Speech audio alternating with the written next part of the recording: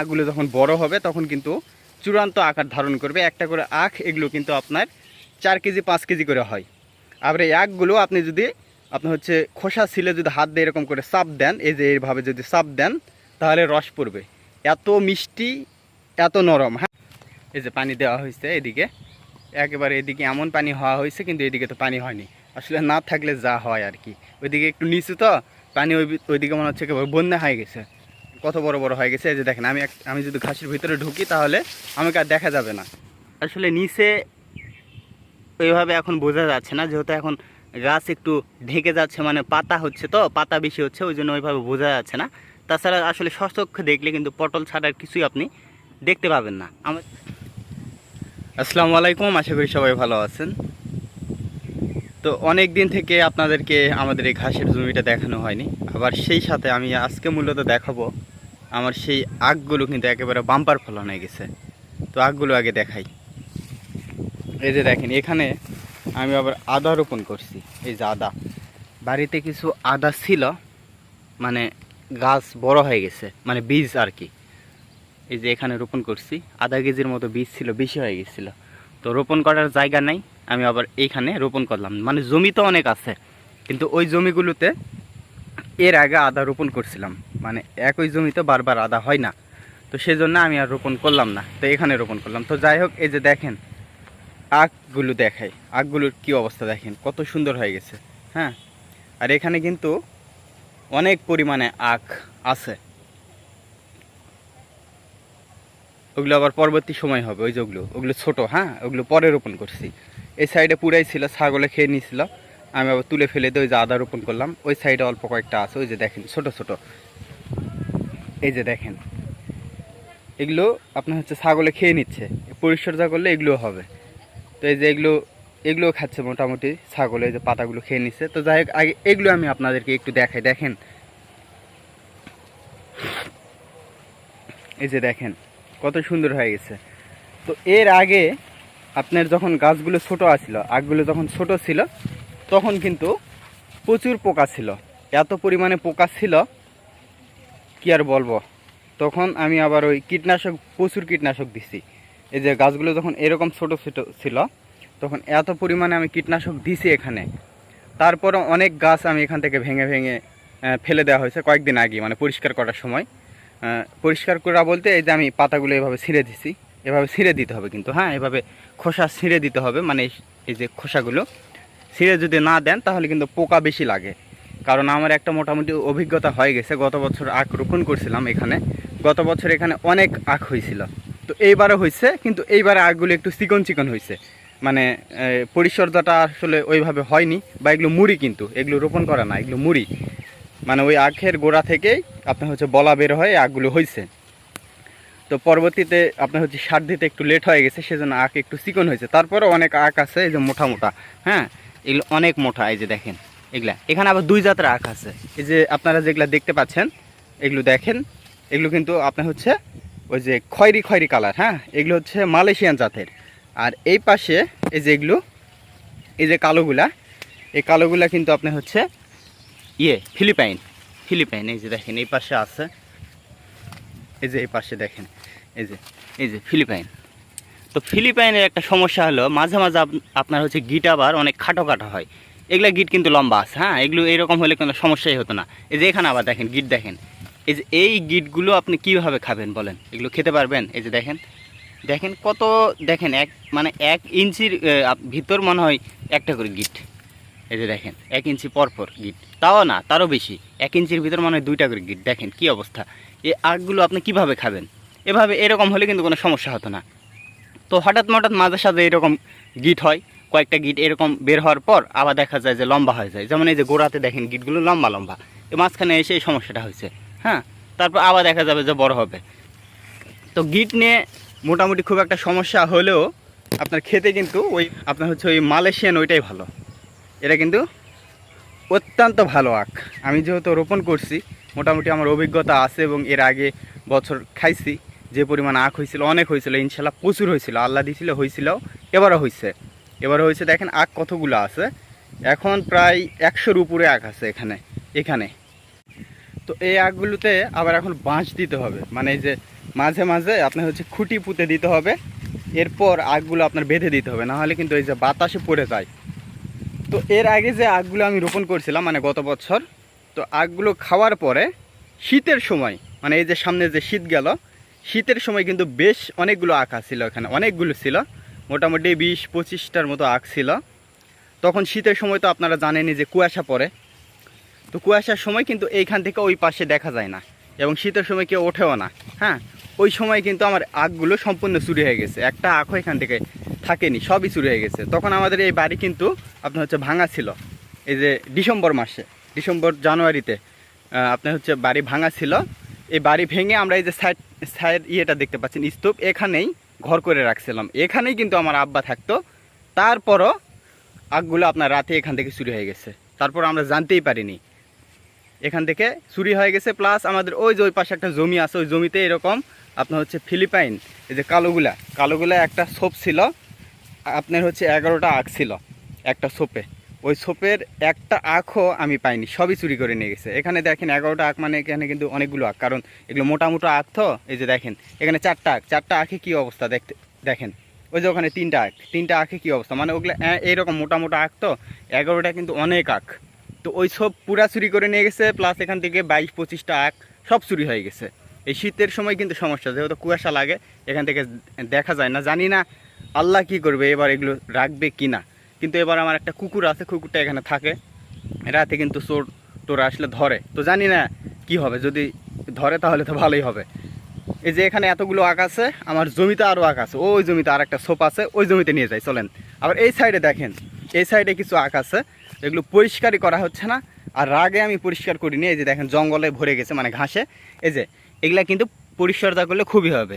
তো আমি একটু পরিচর্যা করতেছি, আমার ছাগলে খেয়ে নিচ্ছে, আবার একটু পরিচর্যা করতেছি, ছাগল খেয়ে নিচ্ছে, এই জন্য আসলে আমি রাগ আর পরিচর্যাই করিনি। এই যে দেখেন, এই যে কচুগুলো দেখতে পাচ্ছেন, এগুলো মূলত আপনার হচ্ছে ওই লতি কচু আছে না, যে বাজারে যেগুলো লতি কিনতে পাওয়া যায়, সেই লতি কচু কিন্তু গাছ এগুলা। আমি আমার বাড়ি থেকে প্রায় 30-35 কিলোমিটার দূর বদল গেছি, ওই হাট থেকে আমি এই লতিগুলো কিনে আনছিলাম, লতি বলতেছি, এই চারাগুলো কিনে আনছিলাম, 2 টাকা পিস নিয়েছিল, 25টা চারা কিনে আনছি। এই যে আরও কিছু চারা ওই যে আছে দেখেন, ওই যে ওখানে রেখে দিছি, মানে রোপণের জায়গা নেই, 50 টাকা দিয়ে 25টা চারা আনছিলাম, আনে এই যে রোপণ করছি ঘন ঘন করে। তো পরিচর্যার অভাব বলতে ঘাস প্রচুর হয়, ওই জন্য আসলে লতিও হয়নি, দেখেন একটা গাছ থেকেও লতি বের হয়নি, জানি না কি হবে। তো আমি রোপণ করছি যে আশায় যে লতি হবে, খাবো।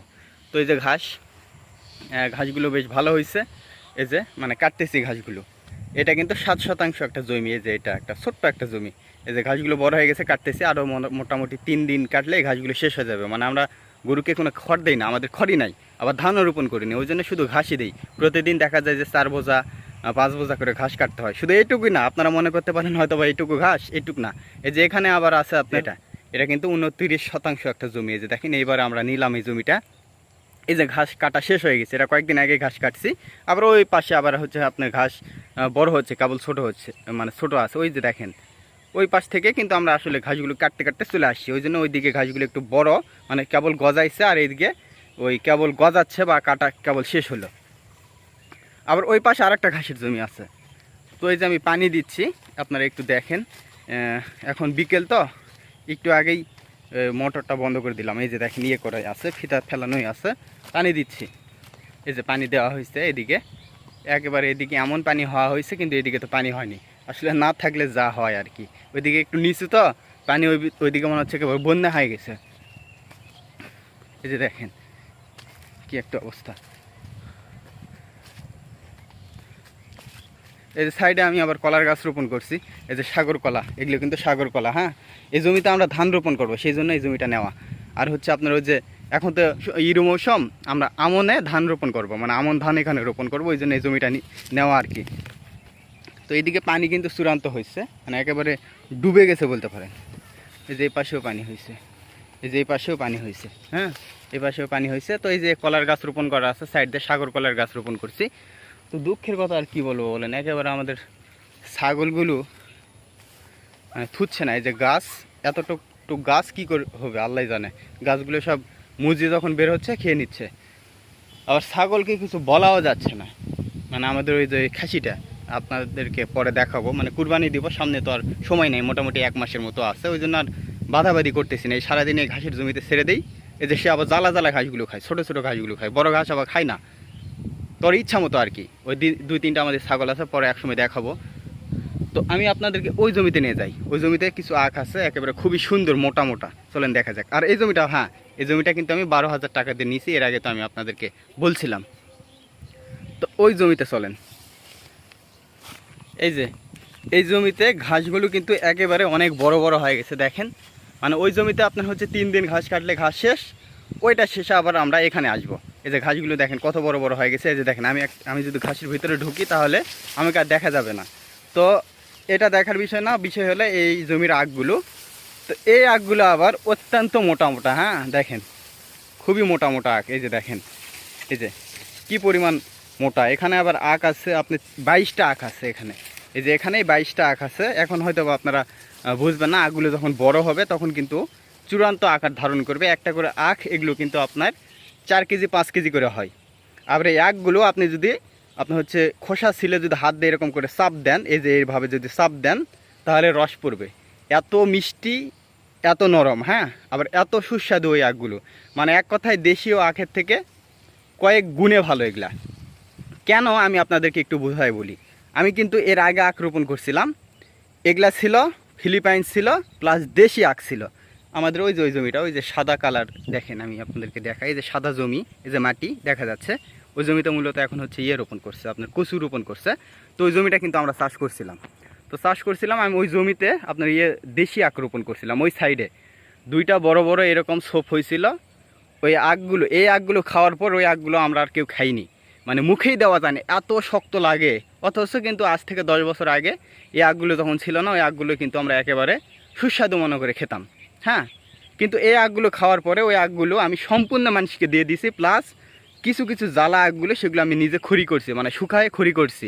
আর বাকিগুলো সম্পূর্ণই নিয়ে গেছে আমাদের এই যে এই পাশের একটা মহিলা আছে, ওই আমি আবার সম্পর্কে আপনার হচ্ছে বড় আম্মা বলি, হ্যাঁ মানে আমার নিজেদের মধ্যে না, গ্রামের ভিতর আর কি। যাই হোক, উনি সম্পূর্ণ আখ নিয়ে গেছে, উনি যে বাচ্চা টাচ্চা খাবে এই জন্য, কিন্তু আমরা খাইনি। একসময় কিন্তু ওই আখগুলোই খেতাম। অর্থাৎ এই আখগুলো খেলে আপনি ওই আখগুলো জীবনে খেতে পারবেন না, মানে একেবারে পাথরের মতো শক্ত মনে হবে ওই আখগুলো। আবার রসও কম, রস নাই, আর এগুলোর তো অত্যন্ত রস। তো যাই হোক, আমি তো আপনাদেরকে দেখালাম এই আখগুলো খুবই ভালো। এটা হচ্ছে এই মালয়েশিয়ান জাতে, আর ফিলিপাইনেরটাও ভালো, কিন্তু ফিলিপাইনের থেকে এই মালয়েশিয়ান এটাই ভালো। এর আগে আমি বলছিলাম যে ফিলিপাইনেরটা অত্যন্ত ভালো, কিন্তু যেহেতু আমি প্রথম রোপণ করছিলাম সেজন্য আসলে আমার অভিজ্ঞতা ছিল না। কিন্তু এখন আমি যখন চাক্ষুষ প্রমাণ পাচ্ছি বা খেয়ে দেখতে পাচ্ছি যে কোনটা ভালো হচ্ছে, বা আবার এই আখটা তাড়াতাড়িও হয়, হ্যাঁ। তো যাই হোক, আমি তো আপনাদেরকে দেখালাম। আর এই যে পটলের জমি দেখেন, এই যে পটলের জমি দেখেন, এই যে পটলের জমি দেখেন, গাছ কিন্তু কালো হয়ে গেছে সেচ দেওয়ার পরে, কালকে রাতে সেচ দেওয়া হয়েছে। এই যে দেখেন, আমি আপনাদেরকে একটু নিচে দেখাই, আগে উপরে দেখেন। এই যে উপরে দেখেন, উপরে কিন্তু আপনার পটল দেখতে পাচ্ছেন না, 2টা 1টা 4টা এরকম পটল দেখা যাচ্ছে। কিন্তু আমি আবার যদি আপনাদেরকে নিচে দেখাই, এখন হয়তোবা অন্ধকার হয়ে যাচ্ছে, আপনারা ওইভাবে বুঝবেন না। আসলে শুধু পটলই আর পটল। আজকে কিন্তু রবিবার, হ্যাঁ কালকে সোমবারে এই পটলগুলো উঠানো হবে। কত টাকা বিক্রি করতেছি অবশ্যই আমি আপনাদেরকে দেখাবো। আসলে নিচে ওইভাবে এখন বোঝা যাচ্ছে না, যেহেতু এখন গাছ একটু ঢেকে যাচ্ছে, মানে পাতা হচ্ছে, তো পাতা বেশি হচ্ছে, ওই জন্য ওইভাবে বোঝা যাচ্ছে না। তাছাড়া আসলে সচক্ষে দেখলে কিন্তু পটল ছাড়ার কিছুই আপনি দেখতে পাবেন না। আমাদের অন্যান্য আরও 2টা জমি আছে, ওই জমিগুলোর কিন্তু আমি গুণগান গাইতেছি না, কারণ এই জমিটার গুণগান গাইতেছি এই জন্য, এই জমিটাতে পটল বেশি। আসলে যেটা ভালো সেটা অবশ্যই আপনাকে ভালো বলতে হবে। ওই জমিগুলো, ওই যে ওই সাইডে একটা জমি আছে যেটা সারাখিনি রোপণ করছিলাম, ওইটা তো পটল নাই। আমাদের ওই পাশে যেটা আছে ওইটা তো মোটামুটি আছে, কিন্তু এত না, হ্যাঁ এটা বেশি পটল আছে, এটা দেশীয় পটল, চিকন, আবার এগুলোর দামও বেশি। কালকে বাজারে কেমন দাম যাবে জানি না, অন্যান্য জায়গায় দেখতেছি, আসলে ফেসবুকে দেখতেছি, মানে সবাই পোস্ট করে, তো দেখতেছি যে বাজার তাদের দিকে অনেক কম, 1000-1200। কিন্তু আমাদের এইদিকে তো বাজার এত কম না, কিন্তু আবার হুট করে কমেও যেতে পারে। আর একটা বিষয়, আমাদের এদিকে আসলে সবজির দাম বেশি এই জন্য বর্তমান সময়ে আপনার হচ্ছে অত্যন্ত খরা, বৃষ্টি হচ্ছে না। আপনাদের অনেক অঞ্চলে কিন্তু বৃষ্টি হচ্ছে বা ঝড় হচ্ছে, সেক্ষেত্রে দেখা যাচ্ছে ফসল নষ্ট হচ্ছে, বা অনেক সময় ফসল বেশি হচ্ছে, মানে খরা না হলে আর কি যা হয়। কিন্তু আমাদের এদিকে যেহেতু খরা অত্যন্ত, ফসল কিন্তু হচ্ছে না। এই যে দেখেন, আকাশ কিন্তু মেঘলা, হ্যাঁ আজকে সারাদিন রোদ নাই বললেই চলে। রোদ নাই বললেই চলে, কিন্তু এক ফোঁটা আপনার বৃষ্টি হয়নি। বৃষ্টি হওয়া ভাব, কিন্তু বৃষ্টি হচ্ছে না। আপনারা কোন জেলা থেকে দেখছেন আর আপনাদের অঞ্চলে বৃষ্টি হচ্ছে কি না অবশ্যই কমেন্টে জানিয়ে দেবেন। আমাদের এদিকে কিন্তু বৃষ্টি সেই অনেক আগে থেকেই নাই, মানে বৃষ্টি হয়নি এদিকে। আমরা কিন্তু আপনার হচ্ছে সেচে চাষ করতেছি। এই যে দেখেন, আপনার হচ্ছে কালকে রাতে কিন্তু আমরা সেচ দিছি, মানে আমার আব্বা সেচছে কালকে 12টা পর্যন্ত, রাত 12টা পর্যন্ত সেচছে। আমরা কিন্তু দিনে পানি দেই না জমিতে, দিনে দেই না, রাতে দিই। আর একটা বিষয় আমি আপনাদেরকে দেখাই, এই যে দেখেন কচুর গাছ, এই যে কচুর গাছ, এই কচুগুলা হচ্ছে মুখী কচু। আমি বাজার থেকে কিনে আনছিলাম, মানে যেগুলো আমরা বই কিনে খাই না, সেই বই কচুগুলো। তো আধা কেজি বই কিনে আনছিলাম 85 টাকা দিয়ে। তো সেই বইগুলো আমি আবার এই যে পটলের কোথায় রোপণ করব, জায়গা নেই, সেজন্য আমি এই যে পটলের খুঁটির, এই যে দেখেন খুঁটির গোড়ায় গোড়ায় একটা করে রোপণ করছি। প্রতিটা গোড়ায় গোড়ায়, মানে এক সাইডে রোপণ করছি, দুই সাইডে না। তো গাছগুলো দেখেন চূড়ান্ত আকার ধারণ করছে। এর আগে গোড়ায় মাটি ছিল না, কালকে কিন্তু গোড়ায় মাটি দিছে। এই যে দেখেন, গোড়ায় মাটি না দিলে কিন্তু কচুর বই হবে না। তো যাই হোক, এই গাছগুলো আমি রোপণ করছি এই জন্য যে আমি আর বই কিনে খাবো না। গত বছর আমি কচুর বই কিনছি 80 টাকা 100 টাকা কেজি। আপনার সিজনেও 70 টাকার নিচে কিন্তু কচুর বই বিক্রি হয়নি। আর এইবার তো কচুর বীজ, মানে বীজের দাম 300 টাকা কেজি পাইকারি। তাহলে বোঝেন যে এইবারে কত টাকা কিনতে হবে। অর্থাৎ এইবারে কিন্তু আপনি 100 টাকা নিচে কিনতে পারবেন না। তো সেই জন্য আমি করছি কি, যে আমি কিনবো না, আধা কেজি এনে রোপণ করছি। এই যে গোড়ায় গোড়ায় রোপণ করছি, গাছগুলো বেশ ভালো হয়েছে। এগুলি যদি আমার ভালো হয় 2টা 3টা গাছ তুলে আমার একবার খাওয়া হয়ে যাবে। তো এই জমিতে কিছু রোপণ করছি, আর ওই পাশের জমিতে কয়েকটা রোপণ করছি, এ হলো বিষয়। তো আমি তো আপনাদেরকে ছোট্ট পরিসরে দেখালামই যে আসলে কী অবস্থা। আখগুলো দেখালাম, ঘাসগুলো দেখালাম, আমাদের এই সুন্দর পটলগুলো দেখালাম। অন্য একদিন ওই অসুন্দর পটলগুলো যেগুলো আছে চারা কিনে রোপণ করছিলাম, ওটাও ইনশাল্লাহ পটল ধরতেছে। কারণ আমরা পরে আবার পুরুষ চারা রোপণ করছি, সেই পুরুষ চারাগুলো এখনও ফুল ফোটেনি, তারপরও কিছু কিছু পটল জায়গায় জায়গায় ধরতেছে। তো একেবারে যে হতাশ করবে এরকম কিন্তু না, মানে নিরাশ করবে না, কিছু পটল হবে। কারণ আমরা পরবর্তীতে আপনার হচ্ছে পুরুষের ওই লতা রোপণ করছি, চারা লতা রোপণ করছি, ওগুলো কেবল গাছ হয়েছে, ছোটো আছে, ফুল কিন্তু এখনও আসেনি, দেরি হবে। তো যাই হোক, তারপর ওই জমিতে পটল হবে, একেবারে নিরাশ করবে না। এটা কিন্তু আমাদের ব্যক্তিগত আপনার হচ্ছে ইয়ের জন্য, মানে ওই চারার যদি আশায় যদি থাকতাম তাহলে কিন্তু পটল হতো না। যেহেতু আমরা পরে আবার ওই অন্য জায়গা থেকে আপনার হচ্ছে এই যে এই লতাগুলো রোপণ করছি, ওগুলো থেকে কিন্তু পুরুষ গাছ হয়েছে, অনেক গাছ হয়েছে। কিন্তু সেই গাছগুলো এখন অনেক জ্বালা এবং ছোট, বড় হলে অবশ্যই পটল হবে। তো যাই হোক, অন্যদিন ওই জমির ভিডিও দেখাবো যে কি অবস্থা, কতটুকু পটল হচ্ছে। আর অবশ্যই আপনি কোন জেলা থেকে ভিডিওটি দেখছেন কমেন্ট করে জানিয়ে দিবেন, কারণ আপনার অঞ্চলে বা আপনার জেলায় আবহাওয়ার কী অবস্থা। আমাদের এদিকে কিন্তু অত্যন্ত কড়া, হ্যাঁ, বৃষ্টি নাই, কিছুই নাই, অত্যন্ত কড়া। আপনি কোন জেলা থেকে দেখছেন, আপনার জেলাতে বৃষ্টি হচ্ছে কি না অবশ্যই সেটা কমেন্ট করে জানিয়ে দিবেন। আর আমার এই ভিডিওর সাথে, এই ভিডিওর লিঙ্কে আমি আমার একটা নতুন একটা পেজের লিঙ্ক দিয়ে দিব। আপনারা দয়া করে আমার সেই পেজটিতে ফলো দিবেন এবং পাশে থাকবেন। আপনারা যেহেতু এই চ্যানেলটা মোটামুটি একটা ভালো পর্যায়ে নিয়ে গেছেন, আপনার হচ্ছে দেখা যাচ্ছে যে প্রায় 3000 মতো ফলোয়ার হয়ে গেছে, মানে সাবস্ক্রাইব হয়ে গেছে। তো আপনারা যদি আরেকটু কষ্ট করেন তাহলে আমার খুবই সুবিধা হয়। এই ডেসক্রিপশন বক্সে লিঙ্ক দেওয়া আছে, আপনারা অবশ্যই আমাকে যারা ভালোবাসেন আমার এই পেজটি ফলো দিয়ে রাখবেন। তো সবাইকে অসংখ্য ধন্যবাদ। আবার পরবর্তী কোনো ভিডিওতে দেখা হবে ইনশাল্লাহ। ততক্ষণে সবাইকে আল্লাহ হাফেজ।